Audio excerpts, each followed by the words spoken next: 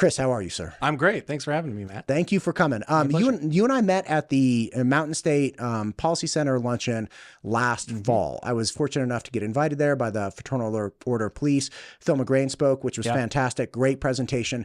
You guys at the Mountain State Policy Center are a think tank that really focuses on exploring the intended and unintended consequences of policy. And especially looking at it from a free market standpoint, with the idea that free markets generally produce the best results for things. That's right. Is that 100% correct? And there are many think tanks around the country. I mean, there's think tanks on the left, there are think tanks on the right. We're a think tank from a free market perspective. A lot of people think that, oh, well, that means you're on the right. Well, I guess it kind of depends on your political point of view. But I would just submit to you, even former President Obama, who was pretty liberal, said he believed in free markets. So free markets don't necessarily, I believe, have a political home. They're more of an ideology, and we really take free markets as our North Star. They're the one thing that directs our work and makes us look and see, okay, what has this policy done? What's the free market approach to this particular issue? What's the free market perhaps drawbacks on another issue? And that's what we try to come up with to give lawmakers research and information that they need, to give citizens the information that they need, and also the media in our state. I think one of the big challenges that we face in Idaho right now is that we haven't for quite some time had a true free market perspective. There are plenty of other organizations out there that do great work, but as far as the research work, as far as the free market status and what happens in some of the other states, there hasn't really been an organization like ours until we were put together just a few years ago. Okay, but this is like the antithesis of the entire DEI movement in a lot of other, this is the exact opposite of what a lot of people are spouting, which is, hey, we need a quality of outcome, not like a quality of opportunity, which I'm all for, but we actually need the same result for all people. And that's the exact, I was a rower in college. Okay. And that was a grueling, horrendous sport. And my coach, Gladstone, who rose to the top, like he's the most winning coach in the history of collegiate rowing. But he would always be like, the cream rises to the top. He had this like guttural man voice, right? Yep. And as frustrating as that was, as a 20-year-old who wanted a certain end, like I wanted to be the best guy on the team. I wanted to win the national championship. Like I wanted the honor of having these things.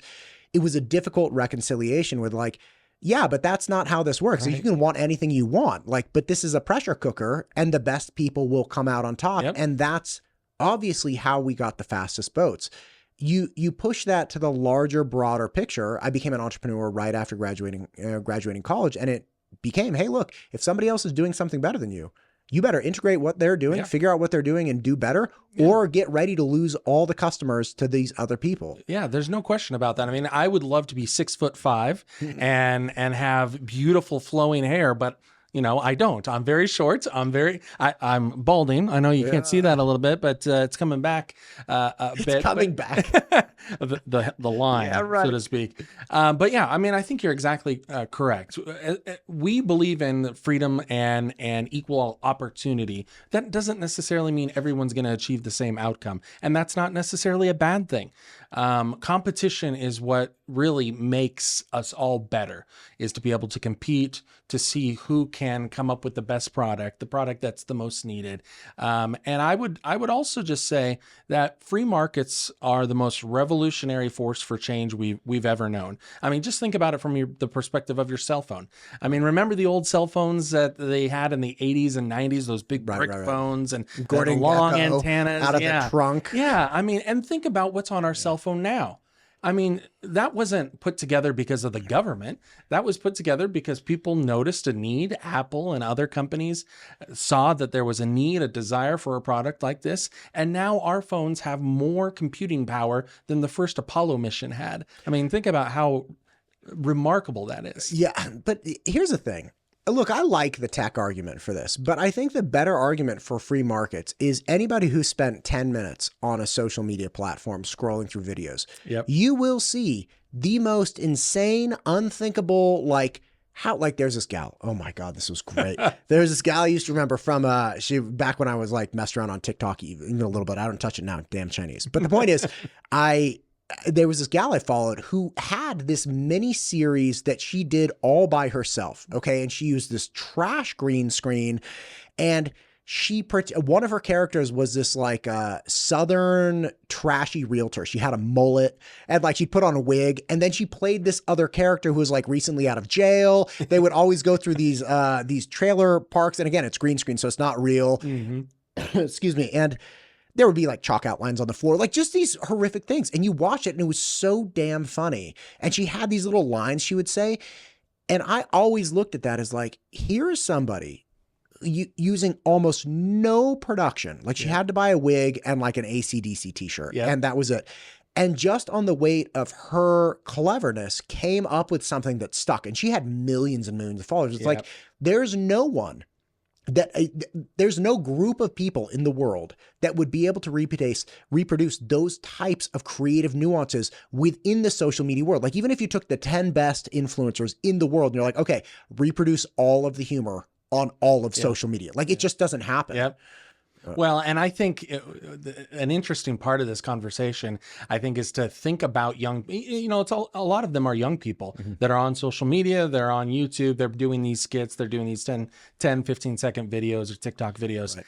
And yet you look at polling and it shows that young people are the ones that are most skeptical about capitalism. They're the ones much more likely to say things like they support socialism or they support more government intervention. Of course, because they don't have anything. But they don't have anything. They take full advantage of what free markets have been giving us for, I would dare say our entire lives and probably their life as well. So it's an interesting juxtaposition, I think, between people who perhaps use free markets more than anybody else, but yet don't really realize that they are in a position because of the ability of the marketplace to provide and to provide for competition and sustainability for them.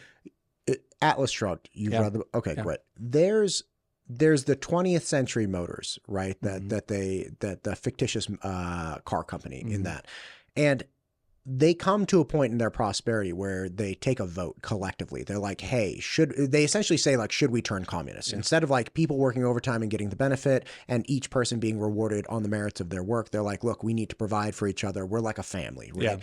And it was initiated by the children of the original owner, right? Like they inherited it and they grew up with money and they're like, we need to band together. And, classically John Galt walks out and he's like, I don't participate in this.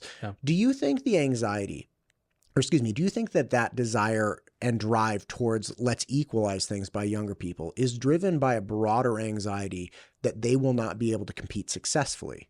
Because the people that can compete successfully and have confidence in that, they're not worried about the free market. They're like, okay, let's go. Like, here we go. I may win, I may lose, but I'm going to give it hell. And then the people that, at least in my experience, the ones that don't want competitions are the ones that are anxious about their capacity to be competent. I think there is some truth to that.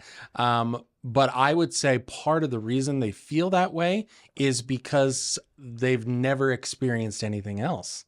They've never, our generation and forward, I would say what they're calling the generation Zooms and the generation, what's the generation that comes after, there were other ones as well, but the folks basically born after 2000, in that range, they've never had to experience a lot of hardship in their life. They really haven't had to experience what previous generations have had to experience. Listen to me. You've never had your 21st birthday in the middle of COVID. That must have been hell. Like you got robbed. I don't drink, so I mean.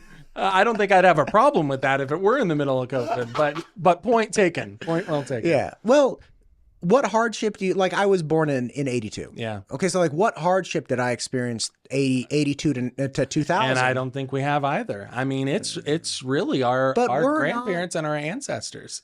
Yeah. But we're not falling apart. Like the 80 to 2000 people, it's like, they understood. And I think a little bit of it is the fact that the world is at your doorstep with technology.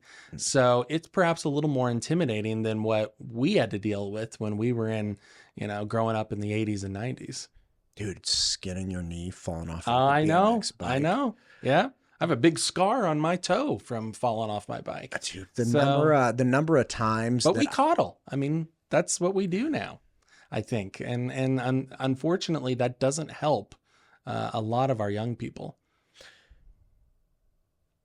but they hit it eventually. Yes. Right? Like Yeah. they hit reality eventually, because especially in the business, I mean, we might be talking policy, but obviously in the business world, that's where a lot of the free market reigns supreme, Yeah, unless you you have, really- manipulation from the larger governmental entities. But You really do start to see it eventually. I mean, when they get into their 30s and 40s and they actually start making money and they have a house or a family, yeah, their attitudes quickly start to change. do you think that that's going to slow us down in general from a policy standpoint, right? Like the 80s were heralded as a great time for business, and a lot of things happened, right? Like that was the original, corporate takeover and things of that nature, where it was like, hey, free market, dog eat dog world.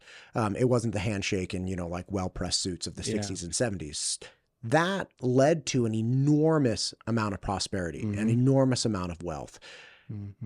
And we have now kind of, at least in my mind, reproduced an enormous amount of wealth without having that burden the same way, right? Like when Twitter got taken over, people were like, working 2 hours a day or something. And it was really the tech companies that were competing for the employees by offering them more perks, babysitters, gyms, massages, all of that stuff. Do you think that we're going to reinstill that competition into our business world like we had in the 80s? I certainly hope so. I fear sometimes that we won't, but I certainly hope so. I mean, but consider, I mean, the Twitter example is a great example of this. Remember when that happened? It was like, oh my gosh, it's the end of the world. Twitter's going to close down. And now there's more free speech on, it's X, by the way. There's more free speech on X. I make the mistake all the time. There's more free speech on X now than there's ever been. And they have more members on X now than they've ever had. So I would just say, I do fear sometimes that will happen. But at the same time, I guess you just have to have faith that the system will provide and will convince enough people to keep the faith when it comes to capitalism and free markets. It's kind of like the scientific method, right? Like scientific method doesn't guarantee you anything except to work exactly as a scientific method works. Like it doesn't guarantee you a discovery. It's just like, no, I'm just going to be real with you. And like, as long as you use this correctly, you're going to get that result. Yeah. I think you're right. And, look, I have a 16-year-old right now, and I worry about what he's going to do in the future. But I also think back to when I was 16, and I thought, maybe it's not as bad as I think it's going to be. I mean, things tend to work out in the long run. Right. But I agree with that. And well, at the very least, I think the world is to a large degree just in the long run. Yep. Right. Like it works out in that. Like I have family members that were like these wild people through their teens and then their 20s. And like now that they're 40, it's like, okay, you were the result of somebody who didn't care about anything. And like the world is just. And then like this other person who killed themselves, like, okay, you have your result too. Right. Like the world kind of evened out. As far as policy goes, though, because again, the lens that you guys look through is increased competition, fairness on a large scale, lower government interventions. What are some of the obviously you study the unintended consequences or, errors kind of in philosophical application for some policies. Could you give me an example of some of that stuff or like a big win you've had? Well, I mean, as far as big wins go, home equity theft was a huge win that we've had in the last 12 months, specifically the last legislative session. This is an issue that came out of Minnesota, actually, where a woman who was behind on her taxes, I believe it was just by a couple of $1,000s, her home was seized. And she had equity in that house. I don't remember the exact amount, but let's say it was about $100,000 in equity, yet she only owed a couple of $1,000s in taxes. The government seized her home and not only paid her tax bill with her equity, but also kept the equity for itself. Well, that's an outrageous abuse of power from our perspective. And yet it was happening in many other states around the country. The Pacific Legal Foundation took this to court, the Supreme Court, and the Supreme Court ruled unanimously that governments cannot do this. But it was still on the books in some states. In Idaho, we had a loophole that basically allowed governments to do that same thing, but then gift the property and gift the equity to other governments in the state, which essentially allowed for the same type of manipulation. Wait, so like whoever's in charge, whatever taxing district sees the house, they could literally just gift the proceeds, the delta equity, to another governmental agency. Correct. So you take it from, let's say mosquito abatement. You didn't pay your mosquito abatement bill. They seize your house, they sell it, they take whatever equity is left, and they could gift it to, I don't know, what's hospital district. Thank you. There you go. A highway district or a college. I mean, ACHD. Any of these organizations. So that's really an outrageous abuse. We were not able to find a bunch of circumstances where this happened, but the fact that it could happen was enough for us to say we need to prevent this, because that should never happen to anyone in our state. So we took it to the legislature as an issue. Legislature picked up on it. Representative Ehlers was the one who introduced the bill, passed unanimously in both chambers, Republicans and Democrats, and the governor signed the bill. And as a result of that, it is now illegal for the government to take the equity that you have in your house.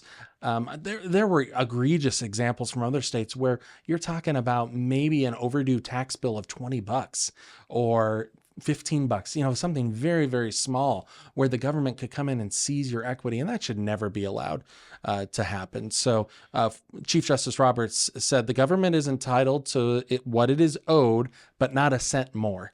And that's really the calling card that we use to try to convince folks to support this policy change. There are others as well, but that's one of the bigger ones. That's a big one. Yeah. I remember reading there was a book called The 16% Solution back when I was like 22, 23. And that was about tax liens and people essentially making the government whole and then taking over the tax lien. And then if you didn't get made whole, you could seize the property and things like that.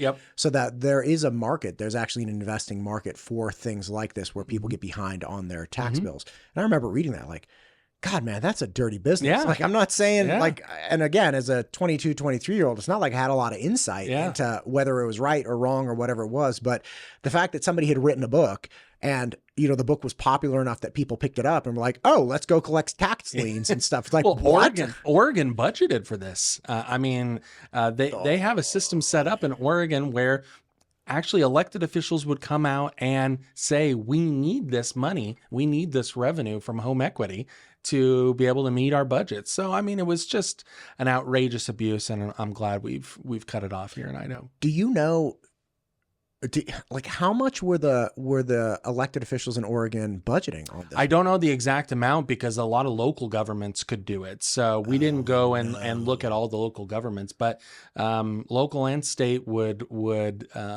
politicians would basically come out and support the effort to keep it in place, which is something that dirty. Happen. Yeah, the whole concept of asset forfeiture. I saw a really terrible Netflix movie the other day, which was it was like a Jack Reacher. You know the giant guy who plays Jack Reacher now that came out just as a buffoon? Like, why is it the actors think they can make political commentary? So he comes out as a buffoon. Like, I can't remember exactly what he says, but I remember it doesn't matter. But the point, I remember he was against the Breonna Taylor incident. Oh, yes. Right. And I actually interviewed Sergeant Mattingly, who was one of the 3 responding officers. It was unbelievable to hear the actual story of what happened.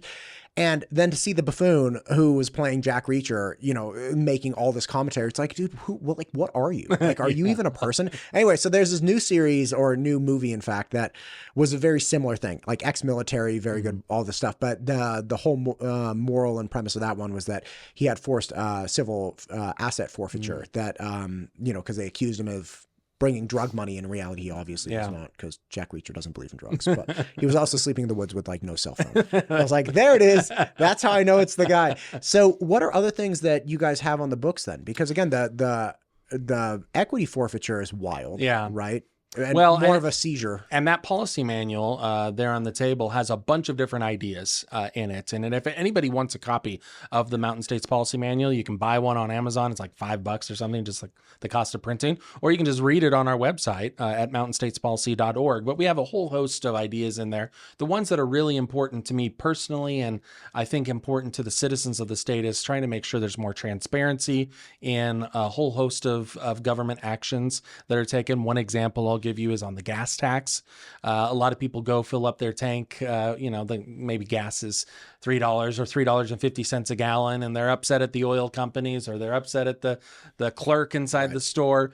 But what they don't realize is that a good chunk of that money actually goes to the government. And we're not saying that's a good thing or a bad thing, but if you go to the grocery store, or you go to JCPenney or Walmart or wherever, and you buy a pair of jeans, on your receipt, you see what your sales tax is. You see the amount that you paid in tax. Gasoline is one of the only products that we purchase where there's no indication of how much you're paying in tax. You could be paying $1 per gallon. You could be paying 10 cents per gallon, but nobody knows for sure. Well, the amount actually in Idaho is 32 cents a gallon. That's the state gas tax. Federal gas tax on top of that's almost 19 cents a gallon. In some other states, like Washington State, the gas tax is upwards of 70 to 80 cents per gallon. So what we have suggested is a very simple reform that would require the state on all of the gas pumps throughout the state, right next to the weights and measures sticker, to just put a sticker that says the current gas tax rate. That's it. You could have the state gas tax rate, federal gas tax rate, and what the current total is for both. And then that way people know what they're paying. And then if they want to hold their elected officials accountable, fine. If they want to still hold the Congress accountable, that's totally fine too. But at least people would know what their burden is. Right now, they don't know. It's completely hidden. Can I ask you something? Yeah. Two specific questions. One, I do want to talk to you about school choice. Yeah. But the other one, as you're discussing this, is there any effort or push to get transparency on medical bills? Yes. Because that one is like, can you just tell me how much this thing, like, did I get charged $300 for an Advil? Like, I remember when I was in the hospital with my wife, delivering one of our kids, they were like, here, let me get you an Advil or something. They gave her like, I don't know, they literally takes out a packet and scans it like we're at Albertsons, and they like give it to her. And we ended up getting charged some egregious, I was like, I should have just brought a bottle of Advil. Like, why, what are we doing here? Yes, there are plenty of reforms out there. It's kind of funny because whether people support the reforms kind of depends on who you talk to. But I go around and speak all over the state, and if we're talking about healthcare, one of the first things I always ask people is, how many of you have recently been to the doctor? Usually about 75-80% of the folks in the room have raised their hand. And then I say, how much did you pay when you went to the doctor? And they say, oh, I know. It was my $25 copay, or it was, my $30 copay, whatever the case might be. And I say, no, what was the actual cost that you paid? And nobody knows. Nobody has any idea. And that's because the way our system is set up right now, someone else is paying for our healthcare. So it's either private insurance, or it's Medicaid, or it's Medicare, or it's TRICARE through the VA. I mean, one of those, somebody's paying for it, but it's not us. And so you don't really care what it costs as long as your insurance covers it, right? I mean, if you don't have skin in the game, you're not really all that concerned with the cost of healthcare. But that is a way to try to bring more free market competition into the healthcare system. People say we've tried free markets in healthcare and it hasn't worked. We have not tried free markets in healthcare. We have, since the 1940s, had a system in place where someone else is paying for our healthcare. The best free market system right now when it comes to healthcare is having an HSA, because you have the money on this card. You can go out, you can shop around, you can see how much it's going to cost you for, let's say, if you need to go to the doctor or dentist or what have you, and you keep track of your costs, and it can only be spent on healthcare.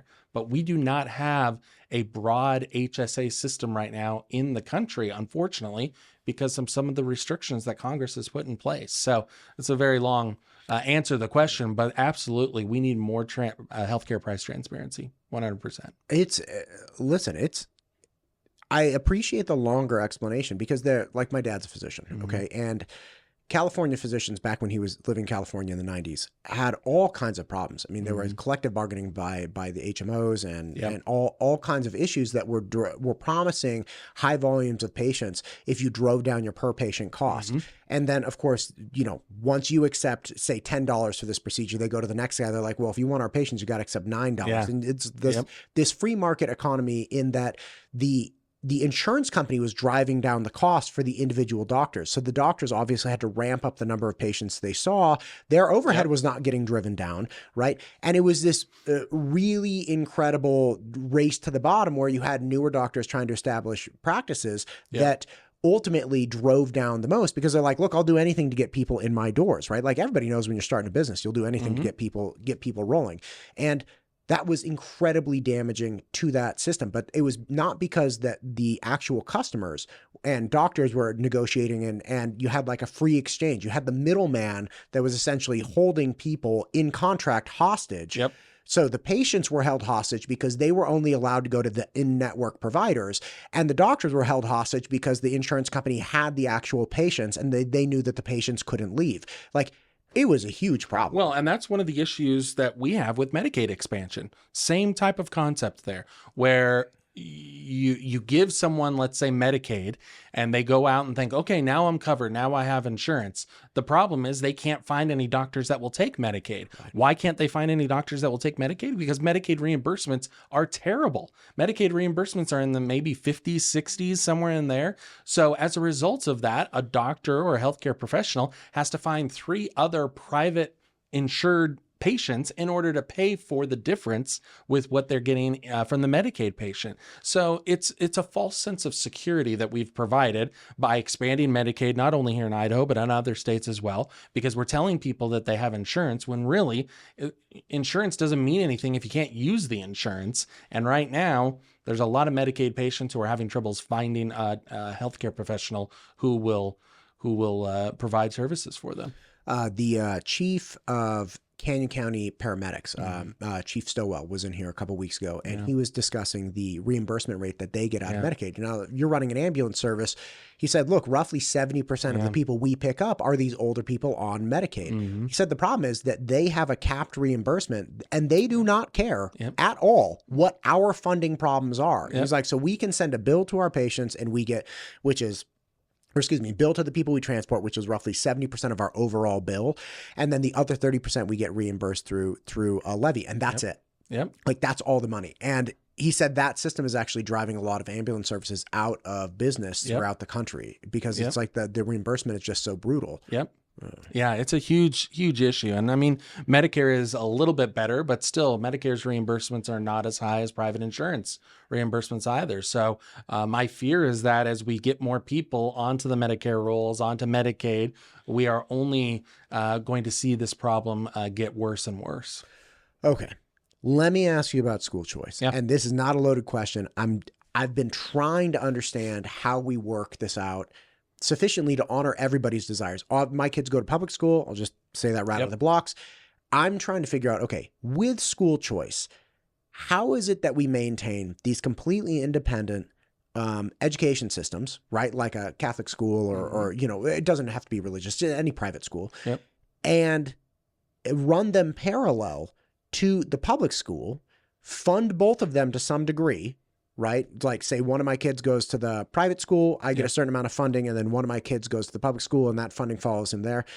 How do we actually manifest a true open market if the rules for both systems are not the same?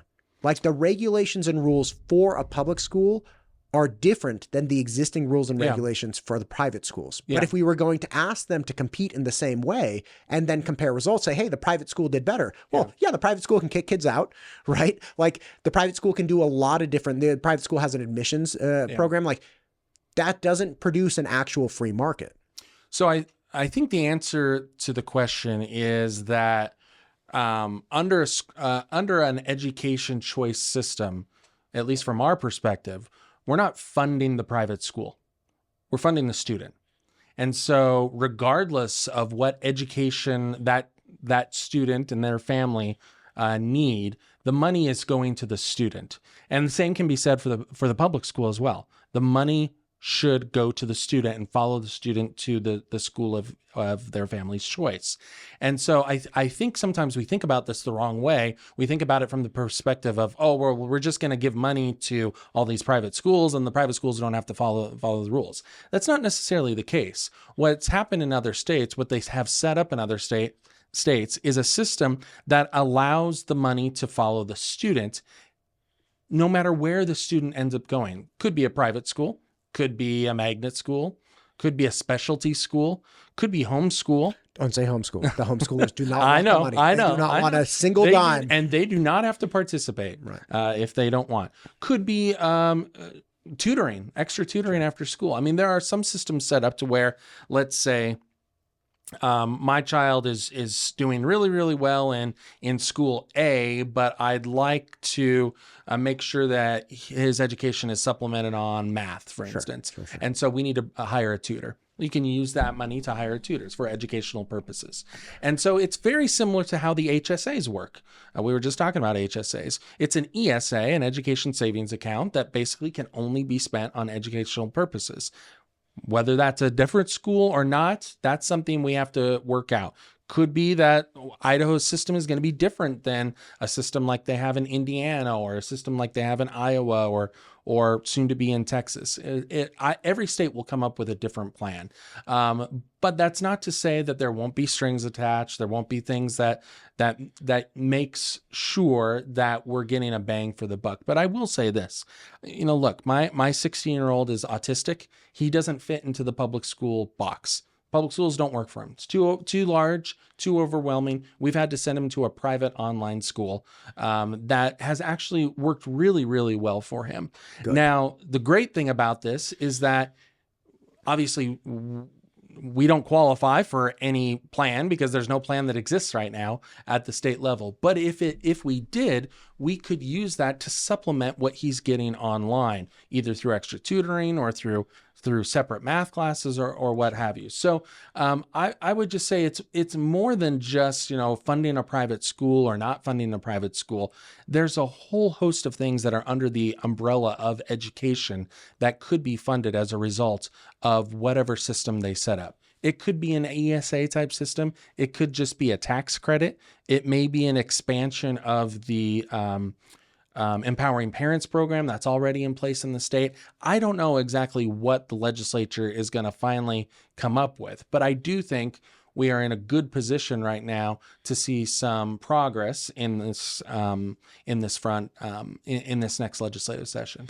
Do you think that would be an transparency? Mm-hmm. Okay. I think one of the problems that you run into is when parents are trying to, let's say something comes to pass where they're like, all right, the money's going to follow the kid. Yeah. And then I, as the parent, I'm like, okay, I have this chunk of money for each of my kids. Yep. Let's say $5,000 for each of my boys. I'm like, okay, where am I going to send my boys? Right. And then I go out as a consumer. I'm like, okay, this school that they go to already, this has this state ranking. It has these test scores. It has all of this stuff. Yep. Right. So I could send them there. This school over here, that maybe I like their philosophy with education a little bit more, but I don't actually know anything about the school, right? Like I don't have state rankings. I don't have things like that. Do you think that there would be a world where like, okay, look, we're going to let the money follow the kid, but we're going to ask the people that can receive it, like a private school or something of that nature, to at least articulate, subject themselves voluntarily, subject their curriculum and whatnot to like testing. So it's like, hey, look, absolutely. Like we have, this is my return. Now, obviously it would be an imperfect comparison because let's say the private school can kick kids out. So they only take the cream, right? So it's like, all right, that's very rigorous. Like we do get results, but you're not guaranteed a spot compared to the other neighborhood school that has to take all of the students, right? So it wouldn't be direct apples to apples, but it would give more transparency and give peace of mind to the, let's say, Idahoans who are like, hey, look, I don't want to fund some junky school. It's like, no, it's not junky. It's producing these results. Yeah, I think there's absolutely room for transparency. And what we have suggested, one of the recommendations in the manual, is what's called the Public School Transparency Act, which would require all the school districts on page 1 to produce the same data. If you've ever tried to read a school district budget, it's like trying to read Chinese. I mean, it's very difficult to understand, hundreds of pages long. So what we've suggested is require the school districts, everybody on the same page, on page 1 of their budgets, to say how much money they have to work with, the average amount that they're getting, what they're paying their teachers, what they're paying their administrators, what the results are, what the student to teacher to administrator ratio is. And I would like to see that done with every school in the state. So then you could compare and contrast. Maybe Boise School District is better than this private school that you're talking about. Maybe it's not. Why isn't? Why aren't they paying their teachers more? Why don't they have a better student to teacher ratio? You can hold your districts and your schools accountable with that type of system. There are no other states that have that right now. This would be unique to Idaho. It's something that was introduced actually in the last legislative session. I think something that has a strong chance to get put in place in this next legislative session too. But I would hope that even if it's just public schools, I would hope all private schools would also do the same thing so that parents could easily compare and contrast. It's harder to require that of private schools, right? But I would hope they would just do it voluntarily. God, that would be great. Yeah. Can you just do it? Yeah. Can we just, can you just do a solid? Here's one more question for you. Another area that I think a lot of people are feeling a collective pain on is property taxes tied to growth, right? And this is one of those things that is at the heart of like, hey, if somebody wants to build a house over there, that's fine, but like, don't let it affect me. And that is not what is happening. You see a lot of people discussing increased property taxes due to the city or counties and whatnot, because growth is not paying for growth. And you have a lot of older residents saying, hey man, why should my taxes go up to supply services for these new people that came in? And I get that. How do we address that? Is there a free market solution here? You know, it's every state, again, just like education, every state does this different. And Idaho's tax structure is very interesting in the way that it's set up, because there is an income tax, there's a sales tax, there's no state property tax, but there's local property tax. Right. And what's remarkable, and then there's the grocery tax, which is part of the sales tax. What's remarkable is that everybody, well, at least the majority of folks that I talk to, always points to that property tax as the one that kills them the most, when in reality, they're paying a pretty high income tax and sales tax rate as well, and probably more than they really realize. I mean, Idaho's income tax rate is about 5.5%, and that's a lot higher than a lot of the other states right now. I mean, Arizona just lowered their income tax to 2.5%. Iowa's cut theirs in half from 9 to 4.5. So Idaho is quickly becoming and getting a reputation of having a high income tax state. Same thing on the grocery tax, on the sales tax portion. There's a lot of consternation about, well, we should get rid of the grocery tax because it's unfair to tax people on the food that they eat. And I completely understand that argument. The counter to that argument is that, yeah, and you've got a lot of folks coming in from out of state who also contribute to that sales tax. And if you take it off for everyone, then they're not going to have to contribute to it either. It's hard for the state to do anything about the property tax because the state doesn't have a property tax. It's all locally driven. And what we would like to see is what's called truth in taxation. So this is a system that's been set up in other states, specifically Utah, that requires the local governments, if they're going to raise taxes or increase spending that will increase the chances of them raising taxes, they have to send out a postcard to all of their folks who live in their county or their city and say, okay, here's the budget we want to pass. Here's how much it's going to cost extra in terms of taxes for every citizen. Here's the public hearing that we're going to hold on this. Please come and give us your opinion. And as a result of requiring them to do that, what we've seen in Utah and the other places that have done this is that the amount that they're requesting all of a sudden starts to go down. And they're a little more careful about going out to the community and saying, hey, we want to increase taxes this amount, or we want to increase spending that amount. So that is one potential transparency way that you can go about trying to hold counties and cities in check when it comes to property taxes. I think the other, look, the challenge that we have with this entire conversation is that the majority of property taxes that you're paying are self-inflicted. You've voted for it in some way or another. So as a result of that, maybe it's your local school district tax or the levy, or maybe it's, your local hospital district or whatever. Citizens are approving these. And all I can suggest to you is that we need to do a better job as a citizenry of paying attention to what these requests are and holding our elected officials accountable for them. Here's the question, though. Like, let's take the Canyon County paramedics, right? Yeah. Like, they're not wastefully spending, or at least let's make the charitable assumption that they're not out like with a fire hose any more than they have been for the last 40 years, right? Like, let's say their spending has been on par with everything else. They're being called to more and more people, so their demand, the demand on their service is growing, way outpacing what their functional levy is actually providing them. So like, how is there a mechanism like having developers kick in more or like something that could contribute to, again, the concept of growth paying for growth? I think everybody appreciates that. Yeah, I mean, there are all sorts of mechanisms out there. There are impact fees.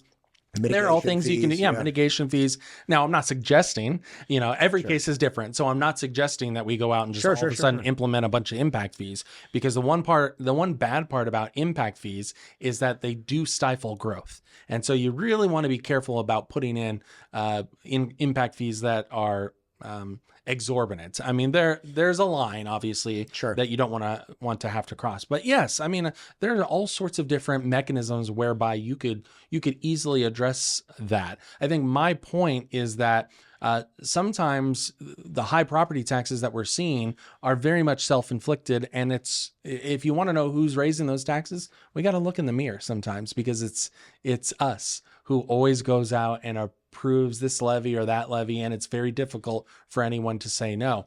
And then I would just make one other point. Sometimes it's also very difficult for citizens to know exactly what they're voting on. I mean, they see a measure on the ballot that might say, $75,000 of tax for this, or maybe it's $750,000 for a new program here, and people are like, oh yeah, I'd like to see that. They don't necessarily think about what it will cost them. In the community that I'm in, there are a lot of folks who want a swimming pool. They want a government-funded swimming pool. Swimming pools are not a core function of government, from my perspective. Wait, they want like the city to they want the city to have a swimming pool, and they want to put it on the ballot. And I've said, okay, let's go ahead and put it on the ballot, but it needs to say how much this is going to cost you in extra property tax or sales tax or whatever mechanism we're using to pay for it. Because if you just put a Ferrari on the ballot, people are going to say, yes, I'd like a Ferrari. Or a swimming pool on the ballot, people say, yes, I'd love to have a swimming pool. If we don't tell people what they have to pay for it, then we shouldn't be surprised that people are voting yes. Okay, just quick question on the swimming pool. Like, what does that get put through Parks and Rec? Like, okay, so they essentially want like a giant community center with a huge pool, like right out of the sandlot. Yep. Yeah. Man, I like a pool. Yeah, I know. When we'd all love to have a pool, but what's the cost for something like that? It's really easy to just say, hey, this is a great idea. Yes, I'd love to vote for something like that, without knowing what the extra burden you're placing on families is going to be. Man, that's an interesting one. Yeah. And you can definitely see over the last 20, 30 years, surrounding states being very happy to pass a lot of things without considering the fiscal impact. Yeah, absolutely. Yeah. And that makes, that happens in the legislature too. But I think it's even worse at the local level. God, the local level. But like, nobody pays attention to the local level. Like, people are not, outside of the people that argue on Nextdoor, nobody's paying attention to local. Right. And I'm not sure exactly how we convince people to be more involved, because it's not like we can pass a law that requires you to be involved. But I think eventually they get to the point where they've just had enough, and then they finally start getting involved. But one of the things, remarkable responses I always get to things when I'm going out and speaking is, I had no idea they were doing that. I had no idea the government was doing that. And when I hear that, I feel better, because now at least they're informed, but I also wonder what their voting and what their decisions have been like over the past 5-10 years as their government officials have been putting these policies in place. We need to find a guy who can start a podcast. That'll help. That's right. Chris, listen, I know it's a work day for you. You're in town only for a little bit of time. Do you want to say anything here in closing? just would love to have people join us at our dinner event coming up next week. We do a fall gala in Boise each year, and this year, next Friday, October 4th, we will have Senator Tim Scott and Trey Gowdy, who are good friends. They'll both be here in Boise at the convention center. So if you're interested in that, go to mountainstatespolicy.org. And if you use the coupon code Free Markets, you get a pretty big discount on tickets. So Free Markets, remember that. God, That's you the heard it coupon here code. first. That's folks. right. Free Markets. Yep. God bless it. Chris, thanks for coming, sir. I appreciate you. My pleasure.